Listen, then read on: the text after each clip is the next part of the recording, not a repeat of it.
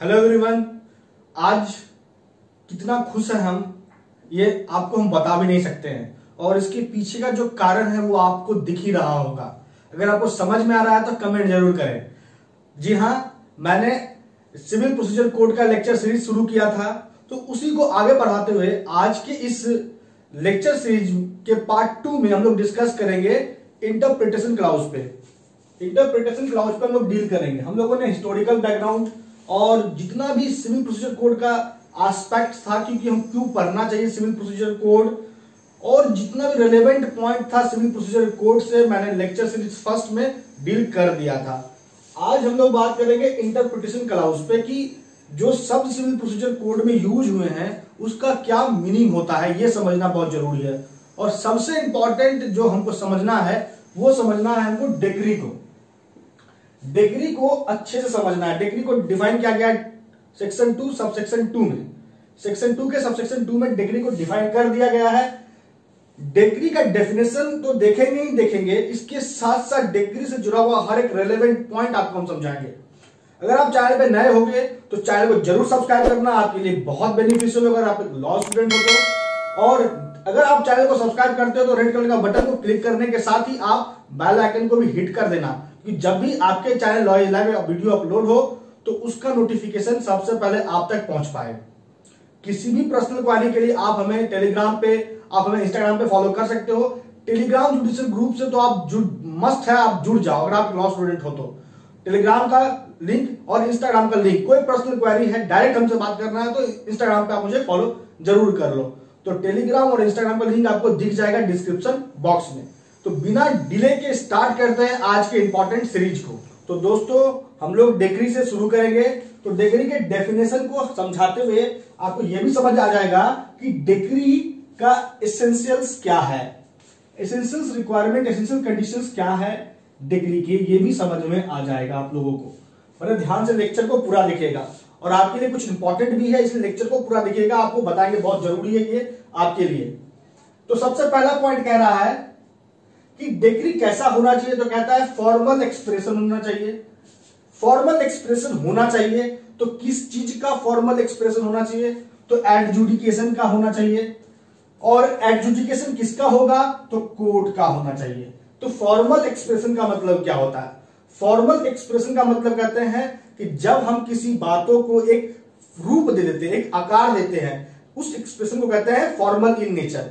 For example कि party ने कुछ भी अगर रिलीफ मांगा है कोर्ट से, पार्टी ने कुछ भी रिलीफ, फॉर्मल एक्सप्रेशन को हम समझा रहे हैं। बड़े ध्यान से समझिए, हर एक चीज को समझाएंगे।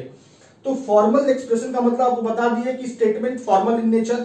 तो मीन्स टू से कि अगर पार्टी ने कुछ भी रिलीफ मांगा था, उस रिलीफ को कोर्ट ने या तो ग्रांट कर दिया या तो डिनाई कर दिया।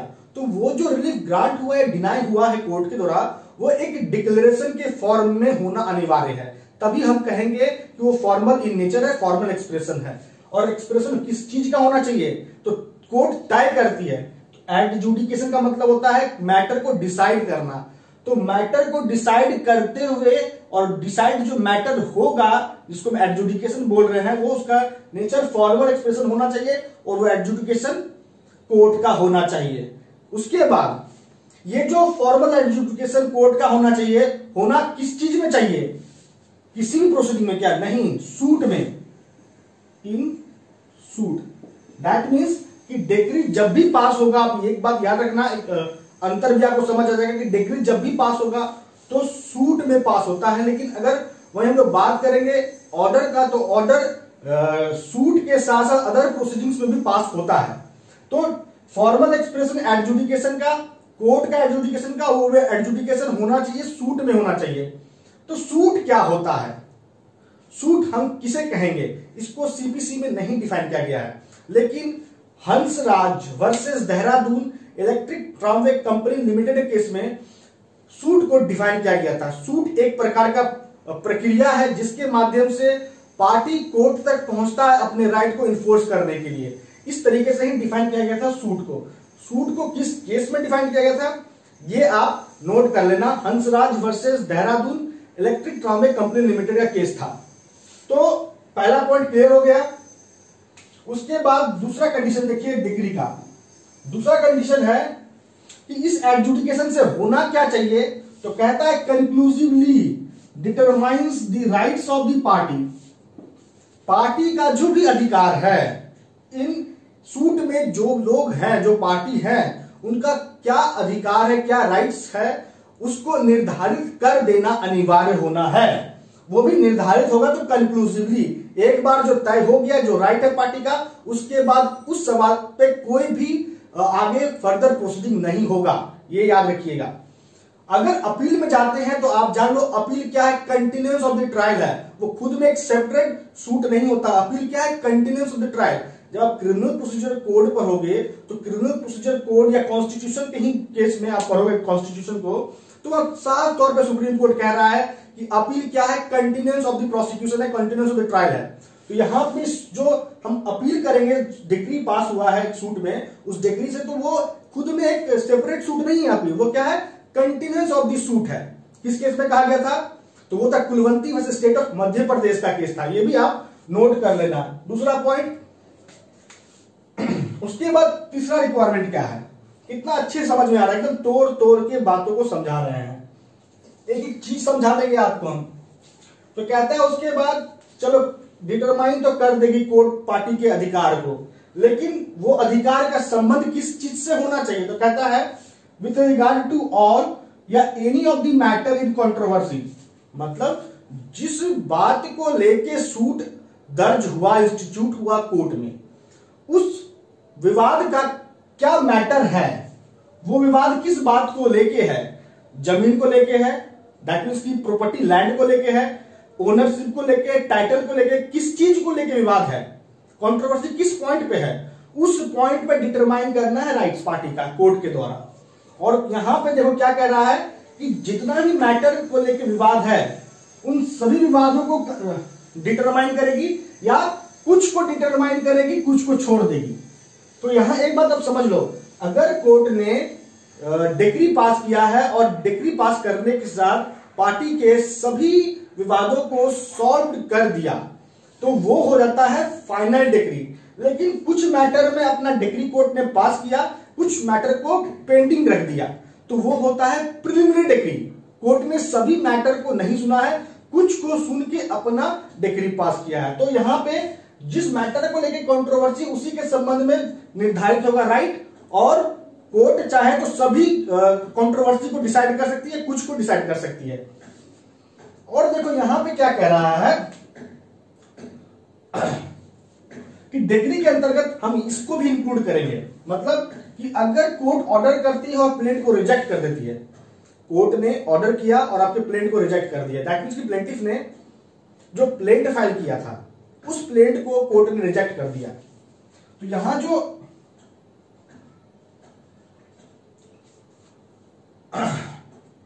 जो ऑर्डर हुआ है रिगार्डिंग रिजेक्शन ऑफ प्लेंट, ये ऑर्डर को हम लोग मानेंगे डिग्री। यहां पे ये से कहेंगे डीम्ड डिग्री, किस क्या नेचर है, डीम्ड डिग्री कहेंगे इसे हम लोग। तो सवाल उठता है कि प्लेंट को रिजेक्ट किया था तो किस प्रोविजन के अकॉर्डिंग किया था और ग्राउंड क्या क्या है।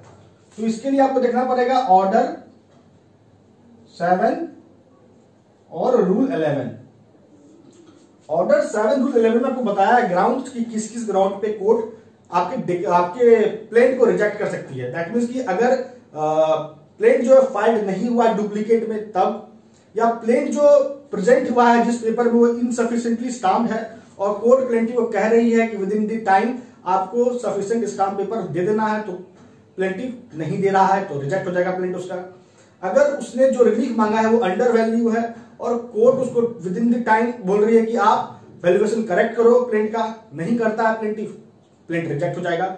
या फिर अगर जो प्लेंटिफ है वो फॉलो नहीं कर रहा है ऑर्डर 7 रूल 11 के प्रोविजन को, तो उसका प्लेंट रिजेक्ट हो जाएगा। तो कुछ ग्राउंड्स है ऑर्डर 7 रूल 11 में जिसको अगर पूरा नहीं किया गया तो वो जो ग्राउंड्स है उसके अंतर्गत कोर्ट आपके प्लेंट को रिजेक्ट कर देगी, दैट मींस प्लेंटिफ के प्लेंट को। तो अगर वो ऑर्डर जो रिजेक्ट हो रहा है जिससे प्लेंट, उस ऑर्डर को भी हम डिग्री मानेंगे, इसलिए डीम्ड डिग्री बोल रहे हैं। और दूसरा कि कोर्ट ने जो भी क्वेश्चंस को तय कर दिया है, कुछ किसी भी क्वेश्चंस को कोर्ट ने तय किया अंडर सेक्शन 144 144 सेक्शन के अंतर्गत। 144 किस डॉक्ट्रिन को डील करता है, डॉक्ट्रिन ऑफ रेस्टिट्यूशन। तो रेस्टिट्यूशन के अंतर्गत अगर कुछ भी निर्धारित हुआ, कोई भी क्वेश्चंस, तो वो जिस ऑर्डर से निर्धारित हो रहा है वो भी डीम्ड डिक्री माना जाएगा। तो आपको एक पॉइंट, दो इंपॉर्टेंट पॉइंट है जो बताते हैं रेस्टिट्यूशन को लेके, वो ये है कि डॉक्ट्रिन ऑफ रेस्टिट्यूशन में क्या होता है, जो भी डिक्री पास हुआ है उस डिक्री में एक व्यक्ति को नुकसान हो रहा है, दूसरे को लाभ हो रहा है, वाजिब है, होगा ही होगा। तो अब जिस व्यक्ति को लॉस हो रहा है वो उस डिक्री के अंतर्गत इंटाइटल्ड है किसी ना किसी अधिकार के लिए। और दूसरा क्या कंडीशन है कि अगर वो डिक्री रिवर्स नहीं होगा, पलटेगा नहीं, तब तक उसको वो अधिकार मिलेगा नहीं। तो डिक्री का रिवर्सल और एक पार्टी इंटाइटल्ड है किसी ना किसी बेनिफिट के लिए, ये दो कंडीशन बहुत जरूरी है डॉक्ट्रिन ऑफ रेस्टिट्यूशन का। कंप्लीटली डॉक्ट्रिन ऑफ रेस्टिट्यूशन के लिए अलग से 144 पे सेपरेट वीडियो लेक्चर हम लोग डिस्कस करेंगे, टेंशन मत लीजिए। ये दो इंपॉर्टेंट पॉइंट था, जुड़ा हुआ था इसलिए बता दिए। आगे बढ़े दोस्तों, उसके पहले ये जो लास्ट पॉइंट है इसको कंक्लूड करें, उसके पहले और भी बहुत सारे पॉइंट है उसको बताए। उससे पहले आपको एक इंपॉर्टेंट पॉइंट बताते हैं, इंपॉर्टेंट जानकारी है जो आप जान लो। अभी हम लोग अनअकैडमी पे भी हैं, जैसा कि आपको दिख रहा है टी शर्ट पे भी। तो अनअकैडमी पे आप लोग हम लोग फॉर्में फॉलो करो, और अगर आप अपना जुडिशियल प्रिपरेशन को अच्छा करना चाहते हो, बहुत बेहतर करना चाहते हो, सीरियस हो अपने जुडिशियल एग्जाम प्रिपरेशन के रिगार्डिंग, तो आप अनअकैडमी में जुड़ जाओ। अच्छा, जुड़ना कैसे है, देखो आप डिस्क्रिप्शन बॉक्स में जाना, आपको पूरा डिटेल दिख जाएगा। आप सब्सक्रिप्शन जब लोगे, तो सब्सक्रिप्शन जब लोगे ना, तो मेरा जो कोड है, रेफरल कोड यूज करना, लॉ इज लाइफ, आपको डिस्काउंट मिलेगा। आपको 10 से 15% का डिस्काउंट मिल जाएगा। आप मेरा रेफरल कोड यूज करना, लॉ इज लाइफ। वहां पे इंडिया का टॉप मोस्ट जो एडुकेटर है वो आपको पढ़ाएगा, लाइव सेशन होगा, आपका डाउट क्लियरिंग सेशन होगा। आप एक बार सब्सक्रिप्शन लेते हो तो आपको लाइफ टाइम एक्सेस का फैसिलिटी है, और ऑनलाइन क्लास है, मैं खुद ऑनलाइन क्लास ले रहा हूं। तो आज के डेट में, आज 8 तारीख है, तो 8 तारीख को ठीक 8 बजे हम लोगों का आज लाइव क्लास चलेगा क्रिमिनल प्रोसीजर कोड पे। क्रिमिनल प्रोसीजर कोड को हम लोग शुरू से देख रहे हैं, तो आप आज 8 तारीख से ठीक 8 बजे लाइव क्लास को अटेंड जरूर कीजिएगा।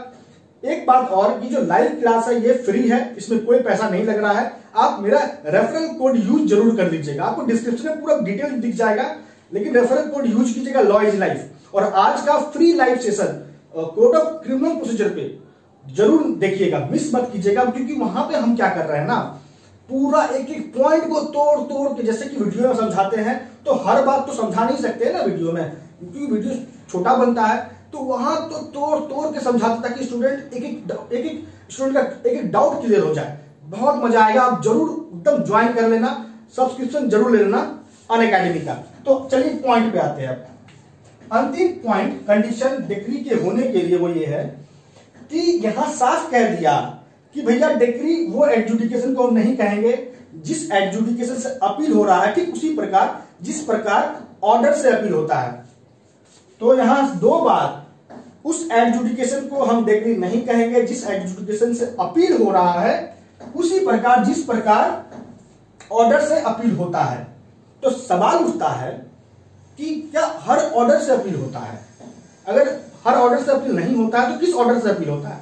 तो इसके लिए देखो, आपको जो बता रहे हैं ऑर्डर 43, हर बार तो बताएंगे तो बहुत लंबा चला जाएगा, लेकिन जो इंपॉर्टेंट होगा वो छोड़ेंगे भी नहीं। इसलिए आपको बोलते हैं कि आप हमें अनअकैडमी में ज्वाइन करो, डिटेल में डिस्कस होगा।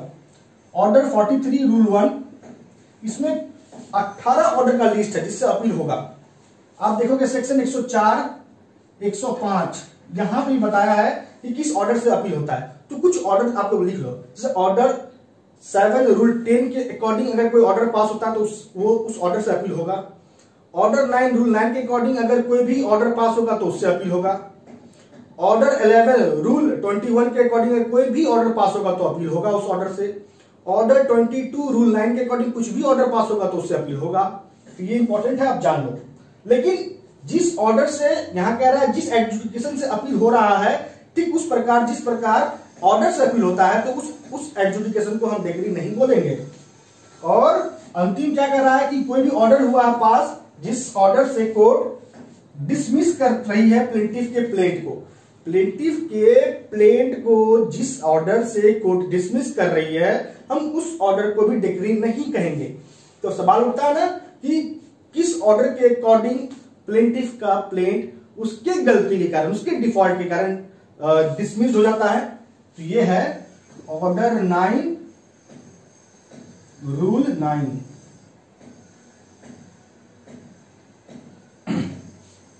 माफ कीजिए, हाँ, ऑर्डर 9 रूल 9।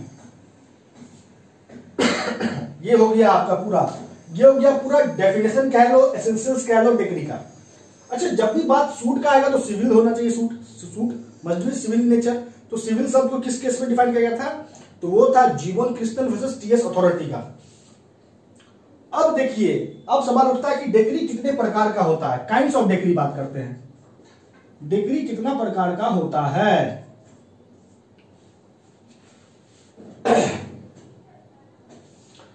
तो पहला आपको यहां ही बताए थे कि एक फाइनल डिग्री जब कोर्ट कंक्लूसिवली डिटरमाइन कर दे हर एक डिस्प्यूट को, हर एक क्वेश्चन को, तो फाइनल हो गया। कुछ को रिजॉल्व करे, कुछ को छोड़ दे, तो होता है प्रिलिमिनरी डिग्री। क्या होता है? प्रिलिमिनरी डिग्री, जो कंक्लूसिवली डिटरमाइन तो नहीं करता है सूट को, लेकिन कुछ क्वेश्चन को तय कर देता है। प्रिलिमिनरी डिग्री से सूट डिस्पोज ऑफ नहीं होता है, लेकिन फाइनल डिग्री से सूट डिस्पोज ऑफ हो जाता है। तो सवाल मन में उठता होगा कि भैया किस प्रोविजन के अकॉर्डिंग प्रिलिमिनरी डिग्री पास होता है। तो देखो, आप नोट करो, कुछ बता देते हैं। Order 20 rule 12, rule 13, rule 14, rule 15, rule 16। Order 20 का रूल 12 से 16, फिर 18 है ना। फिर ऑर्डर 34 में रूल 2 एंड 3, उसके बाद 4 एंड 5, 6 एंड 7, माफ कीजिए 6 एंड 7 है, 7 एंड 8। तो ये सब जो अभी आपको प्रोविजन बताएं कि इस ऑर्डर के इस रूल से जो भी डिग्री पास होगा वो प्रिलिमिनरी नेचर होता है। तो डिग्री प्रिलिमिनरी नेचर का मतलब कोर्ट ने हर क्वेश्चन को तय नहीं किया, कुछ को तय किया है, और फर्दर प्रोसीडिंग कोर्ट का बाकी है, अभी कार्रवाई होना है सूट में और भी।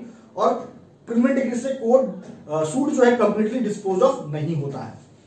अब सबसे इंपॉर्टेंट रिलेवेंट केस लॉ, आपको केस लॉ भी लिखना बहुत जरूरी है। तो केस लॉ क्या है कि अब यहां आपको दिख रहा है, आपको पॉइंट नोट कर लेना। क्या एक सूट में एक से अधिक प्रिलिमिनरी डिग्री पास हो सकता है? क्या एक सूट में एक से अधिक डिग्री पास हो सकता है? मतलब एक सूट में 2 डिग्री पास हो सकता है, एक सूट में 3 डिग्री पास हो सकता है, एक सूट में 5 प्रिलिमिनरी डिग्री पास हो सकता है। अगर आपको पता है तो कमेंट करना, मैं आपको बता देता हूं। इस बात पर तो कोई प्रोविजन है नहीं, लेकिन फूलचंद केस नोट करो, फूलचंद वर्सेस गोपाल लाल। फूलचंद वर्सेस गोपाल लाल के केस में कहा गया था कि एक सूट में एक से अधिक डिग्री भी पास होता है और प्रिलिमिनरी डिग्री भी पास हो सकता है। तो ये हो गया आपका एसेंशियल्स और definitions, kinds, relevant case laws. तो पूरा निचोड़ डिग्री का हम लोग ले लिए हैं। अब आता है कि डिग्री जिसके फेवर में पास हो, क्या कहते हैं उसको? डिग्री होल्डर कहते हैं, और जिसके अगेंस्ट पास हो उसे जजमेंट डेटर कहते हैं। समझ में आई बात? डिग्री जिसके फेवर में पास हो उसे degree holder, person in whose favour degree has been passed और order capable of execution has been made known as degree holder, और जिसके खिलाफ हुआ है डिग्री उसे जजमेंट डेटर कहते हैं। तो डिग्री को लेके जितना भी इंपॉर्टेंट पॉइंट था वो सभी पॉइंट्स मैंने डील कर दिया है। और भी अच्छे से आप अगर सिविल प्रोसीजर कोड को अपना बेहतर करना चाहते हो तो इस सीरीज के साथ जरूर बने रहो। और मोस्ट इंपॉर्टेंटली, अगर आप अपने प्रिपरेशन को, जैसा कि मैंने बोला, कि आयाम देना चाहते हो तो फॉलो कर लो, सब्सक्रिप्शन ले लो। अनअकैडमी का बहुत अभी सस्ता चल रहा है, आप मेरा रेफरल कोड यूज करना ऐसे नहीं बोलते हैं, अब बोल रहे हैं ले लो, विश्वास करके ले लो मेरे पे। रेफरल कोड यूज करना, लॉ इज लाइफ। पूरा डिटेल आपको डिस्क्रिप्शन बॉक्स में दिखेगा। और किसी भी पर्सनल क्वारी के लिए कुछ भी डाउट हो तो इंस्टाग्राम पे फॉलो करो और पूछो। तो इसके साथ ही आज इस लेक्चर में इतना ही। आपका हमारे साथ बने रहने के लिए बहुत बहुत धन्यवाद।